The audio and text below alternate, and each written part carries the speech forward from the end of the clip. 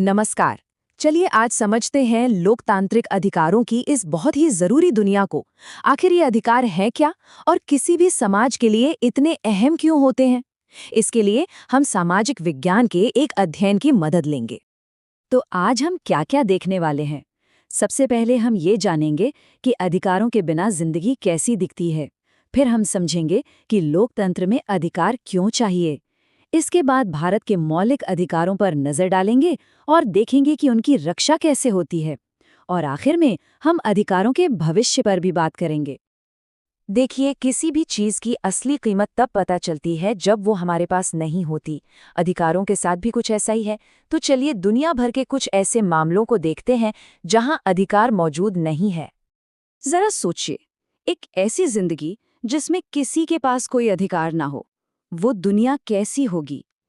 ये सवाल ही हमारी पूरी बातचीत की नींव है। ग्वांतानामो बे का मामला देखिए। यहाँ सैकड़ों लोगों को सिर्फ शक के आधार पर सालों साल कैद में रखा गया। न कोई मुकदमा, न परिवार से कोई संपर्क और न ही अदालत जाने का कोई रास्ता। एक तरह से उन्हें कानूनी व्यवस्था से पूरी तरह अलग थलग कर दिया गया। या फिर सऊदी अरब को देखिए। वहां एक ही परिवार का शासन है, मतलब नागरिक अपने शासक खुद नहीं चुन सकते। वहां कोई राजनीतिक दल नहीं है। गैर मुस्लिमों के लिए धार्मिक स्वतंत्रता बहुत सीमित है और महिलाओं पर भी कई तरह की सार्वजनिक पाबंदियां हैं। और कोसोवो की कहानी तो सच में दिल दहला देने वाली है। यहाँ एक लोकतांत्रिक तरीके से चुनी गई सरकार ने अपनी ही सेना का इस्तेमाल अपने ही देश के एक अल्पसंख्यक समुदाय अल्बानियाई लोगों के खिलाफ किया। ये एक ऐसा भयानक उदाहरण है जहां रक्षक ही भक्षक बन गया। तो ये जो हमने 3 अलग-अलग उदाहरण देखे, ये एक बात बिल्कुल साफ कर देते हैं कि अधिकार कोई लग्जरी नहीं है, बल्कि एक जरूरत है। तो फिर सवाल उठता है कि ये अधिकार आखिर होते क्या हैं? अधिकार असल में लोगों के वो जायज दावे हैं जिन्हें समाज मान्यता देता है और कानून जिनकी हिफाजत करता है। और यही दावे एक मजबूत लोकतंत्र की बुनियाद बनते हैं। अच्छा, तो लोकतंत्र में इनकी जरूरत क्यों पड़ती है? देखिए, ये अधिकार अल्पसंख्यकों को बहुसंख्यकों के दबदबे से बचाते हैं। ये सरकार को अपनी ताकत का गलत इस्तेमाल करने से रोकते हैं। ये पक्का करते हैं कि हर नागरिक वोट दे सके, अपनी बात कह सके और राजनीतिक दल बना सके।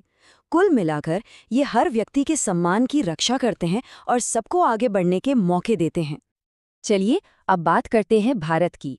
देखते हैं कि हमारे संविधान में इसका ढांचा कैसा है। हमारे भारतीय संविधान में 6 ऐसे अधिकार हैं जिन्हें मौलिक अधिकार या फंडामेंटल राइट्स कहा जाता है। मतलब ये वो अधिकार हैं जो देश में लोकतंत्र की एकदम बुनियाद है, उसकी नींव है।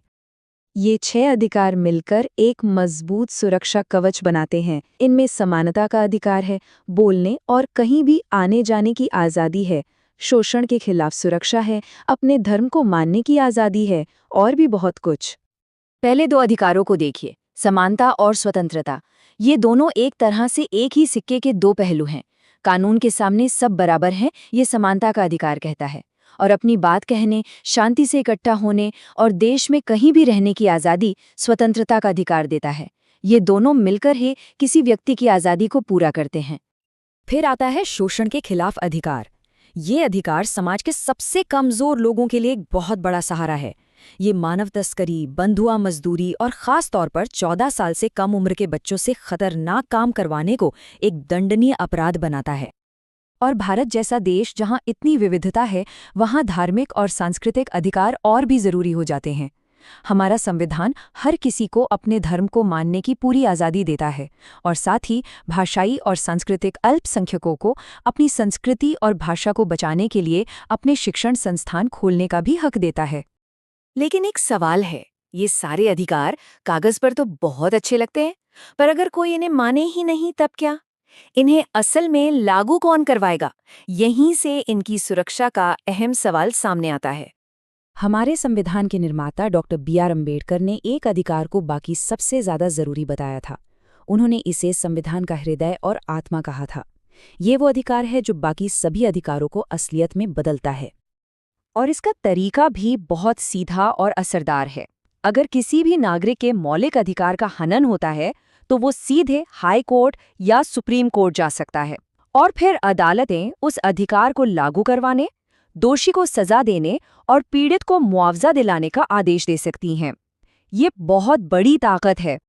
पर अधिकारों की कहानी यही खत्म नहीं होती। ये एक लगातार चलने वाली बातचीत है। जैसे जैसे समाज बदलता है, वैसे वैसे हमारी समझ भी बदलती है कि एक सम्मानजनक जीवन जीने के लिए और क्या-क्या जरूरी है। इसे समझने के लिए भारत और दक्षिण अफ्रीका के संविधान को ही देख लीजिए। भारत के मौलिक अधिकार ज्यादातर नागरिक और राजनीतिक आज़ादी पर ध्यान देते हैं।